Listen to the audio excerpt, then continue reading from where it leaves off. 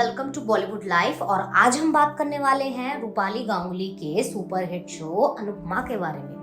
जैसा कि आप जानते हैं कि अनुपमा के परिवार के जो बच्चे हैं वो कमीनेपन में किसी से कम नहीं हैं। इन बच्चों का ये हाल है कि ये खड़े खड़े किसी को भी बेच सकते हैं। बीते 5 सालों में अनुपमा अपने घर के बच्चों से कई बार परेशान हो चुकी है।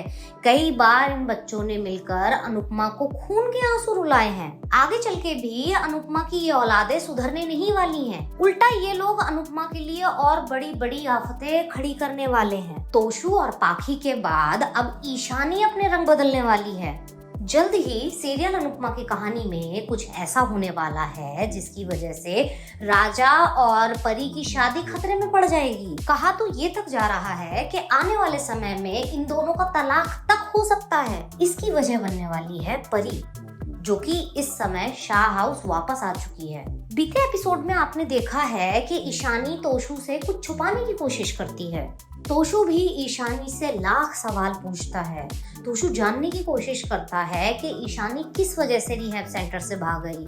अब भाई ये तो हर कोई जानता है कि जितना चालाक तोशु है उसकी औलाद उससे भी 4 कदम आगे है। ऐसे में भला ईशानी तोशु को सच कैसे बता सकती है? ईशानी तो ड्रग्स के नशे में चूर होके राजा के लिए मुसीबत खड़ी करने वाली है। जल्द ही ईशानी कसम खाएगी कि वो राजा और परी को अलग करके रहेगी। ईशानी की वजह से आगे चल के राजा और परी के बीच बहुत झगड़े होने शुरू हो जाएंगे। ये झगड़े इतने ज्यादा बढ़ जाएंगे कि बात तलाक तक जा पहुंचेगी।